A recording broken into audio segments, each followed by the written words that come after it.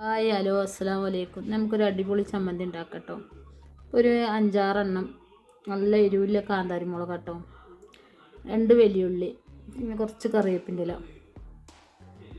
നല്ലോണം ഇളക്കുക. നല്ലോണം ഇളക്കിയിട്ട് ഒന്ന് വഴണ്ടി വന്നിട്ട് ഒരു 1.5 പൊടി നാളികേരം അതും നല്ലോണം വഴറ്റുക. കഴിഞ്ഞിട്ട് ഒരു പാകത്തിന് ഉപ്പിട്ടോ നല്ലോണം ഇളക്കി മറിച്ചിട്ട് ഇടക്കട്ടോ. ഇവിടെ ഒരു നെല്ലിക്കോളം വലുപ്പത്തിൽ പുളിയിടുക. അതും ഇളക്കുക. എണ്ണയിൽ നല്ലോണം ഇളക്കി കൊടുക്കുക. ഒരു 1/2 സ്പൂണ് കാശ്മീർ മുളകും നല്ലോണം ഇളക്കി വഴറ്റിയിട്ട് മിക്സിയിലിട്ടുങ്ങാണ്ട് അടിക്കട്ടോ. എന്നിട്ട് അടിച്ചിട്ട്